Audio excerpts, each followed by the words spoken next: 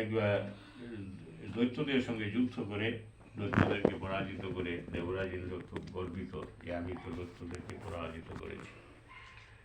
তো ভগবান, কিন্তু ভগবান সহায় থাকায় তারা সে পরাজিত করতে পেরেছিল। তো ভগবান কি করলেন, তিনি মনস্থ করলেন যে তার দর্পটা চূর্ণ করতে হয়। তো ভগবান একজন সাধারণ একজন ফকিরের বেশ ধরে দেবপুরীর সামনে এসেছেন। তো ইন্দ্র দৈত্যদেরকে পরাস্ত করে যেমন বিজয় উল্লাস মানাচ্ছিল, হঠাৎ করে খবর পেলো যে সামনে কে জানি এসেছে। তো বলছে ঠিক আছে তুমি যাও গিয়ে দেখো কে এসেছে। লোকদেরকে পাঠিয়েছে। তো প্রথম প্রবণদেরকে পাঠিয়েছে, এই তুমি কে এসেছো বিনা অনুমতিতে এদিকে এসে গেছো। বলছে আরে আমি এসে গেছি। তুমি কে? বলছে আমি পবনদেব। বলছে তুমি পবনদেব মানে তুমি কি করতে, তোমার মানে কাজ কি? আরে আমার কাজ কি, আমি যা কিছু করতে পারি। আমি বলছে তবুও একটা কাজ বলো কি করতে পারো। বলছে আমি নিমেষের মধ্যে সব কিছু উড়িয়ে, আমার মানে বাতাস দিয়ে আমি সব কিছু উড়িয়ে দিতে পারি। ও আচ্ছা তাই নাকি? তো একটা গাছের টুকরো রেখেছে, বলছে আচ্ছা এটাকে উড়িয়ে দেখাও তো। আরে তুমি আমার সঙ্গে ঠাট্টা করছো, আমি ঘাসটা উড়াবো নাকি? আমি সব কিছু উড়িয়ে দিতে পারি আর তুমি আমাকে বলছো ঘাসটা উড়িয়ে দেবো। আমার সঙ্গে তুমি ঠাট্টা করছো, আমি তোমাকে উড়িয়ে দিতে পারি। বলছে আচ্ছা ঠিক আছে ঘাসটা উড়িয়ে দেখাও। তো যখন সে পবনদেব তো ফু দিচ্ছে, ফু দিয়ে বাতাস দিচ্ছে, কিন্তু এই ছোট্ট ঘাসটা কিন্তু নড়ছেও না। সে যখন নড়ছে না, কিছু করতে পারলো না, সে হেঁটো মুন্ডে চলে গিয়েছে ইন্দ্রদেবের কাছে। বলছে না আমি বুঝতে পারি নাই সে কে এসেছে, আমি কিছু বুঝতেও পারি নাই, আমার দ্বারা হবে না।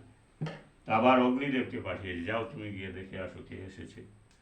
অগ্নিদেব এসে বলছে এই তুমি কে এসেছো বিনা অনুমতিতে এখানে প্রবেশ করেছো। বলছে আচ্ছা আমি কে এসেছি, তুমি কে বলো তো।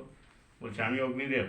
তো অগ্নিদেব মানে তোমার কাজ কি? বলছে আমি নিমেষে সব কিছু ভস্ম করে দিতে পারি, আমি জ্বালিয়ে পুড়িয়ে দিতে পারি। তাই নাকি, তুমি সব পুড়িয়ে দিতে পারো? আচ্ছা তাহলে তুমি তোমার গাছটা একটু দেখাও, এই একটা ঘাসটা আমি দিলাম, ঘাসটা পুড়িয়ে দেখাও তো। বলছে আরে আমার সঙ্গে ঠাট্টা করছো তুমি, আমি গাছটা পুড়িয়ে দেখাবো?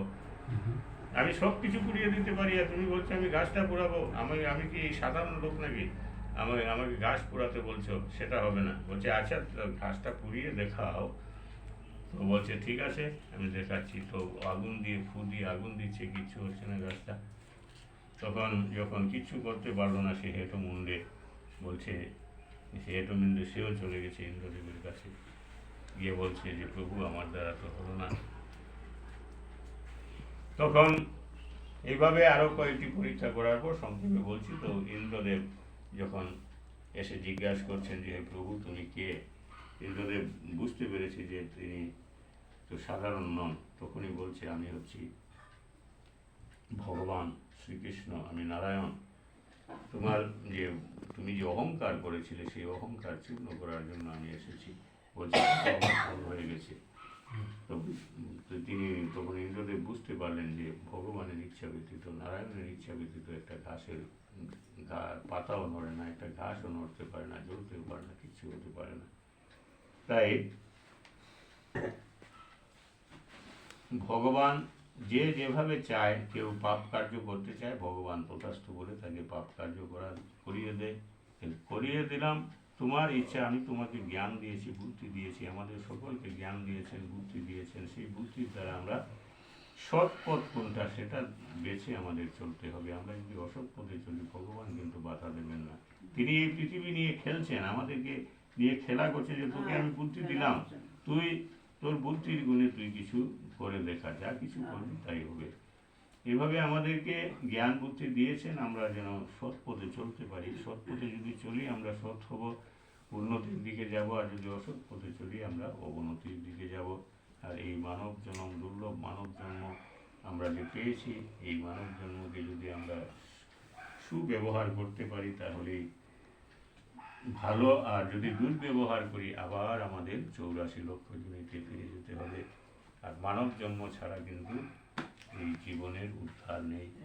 একমাত্র মানব জন্মেই নিজেকে নিজে উদ্ধার করা যায়। উদ্ধারে দাত্মনাত্মানম নাত্মানম ও সাধয়ের আত্মনম বন্ধুর আত্মনা আত্মনম রিপুর আত্মনা।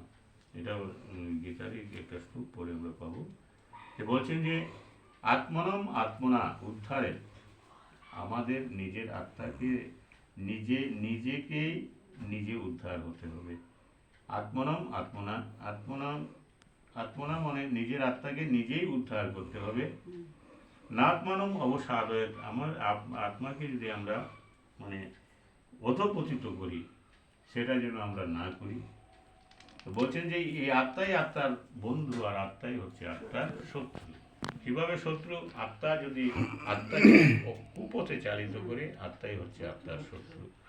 আর আত্মা আত্মার বন্ধু যখন আমরা সুপথে আমরা চালিত হব, নিজের বুদ্ধি মন বুদ্ধি দিয়ে আমরা যখন সুপথে আমরা চালিত হব, তখনই আত্মা আত্মার বন্ধু হলো, অর্থাৎ সুপথে চালিত হলে আমরা উন্নতির ঊর্ধ্ব স্তরে আমরা উঠতে পারবো। আর যদি আমরা কুপথে চলি তাহলে অধপতিত হতে থাকবো। তাই বলছেন যে নিজের আত্মা দিয়ে নিজেকেই নিজের উদ্ধার হতে হবে, কেউ উদ্ধার করতে পারবে না।